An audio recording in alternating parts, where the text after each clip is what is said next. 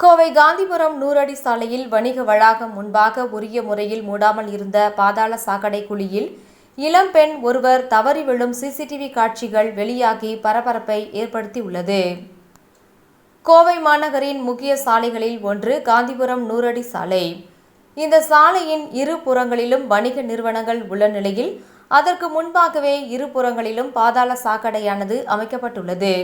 இந்த சூழலில் கடந்த சில தினங்களுக்கு முன்பு அங்கு பாதாள சாக்கடை தூர்வாரப்பட்ட பிறகு ஆங்காங்கே இருந்த பாதாள சாக்கடை மூடிகள் திறந்தபடியே காணப்பட்டன. இதுகுறித்து பொதுமக்களும் வணிக நிறுவன உரிமையாளர்களும் பல முறை மாநகராட்சி அதிகாரிகளுக்கு தகவல் அளித்துள்ளனர். ஆனால் அந்த தகவலின் பேரில் எவ்வித நடவடிக்கையும் மேற்கொள்ளாமல் அதிகாரிகள் அஜாக்கிரதையாக இருந்துள்ளனர்.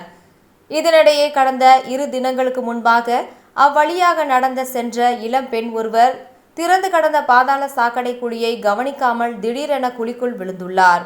இதனால் கால் எலும்பில் பலத்த காயமடைந்த அப்பெண்ணை அருகில் இருந்தவர்கள் மீட்டு உடனடியாக சிகிச்சைக்காக மருத்துவமனைக்கு அனுப்பி வைத்தனர். தற்போது அப்பெண் சாக்கடை குழிக்குள் விழும் சிசிடிவி காட்சி வெளியாகி பரபரப்பை ஏற்படுத்தியுள்ளது.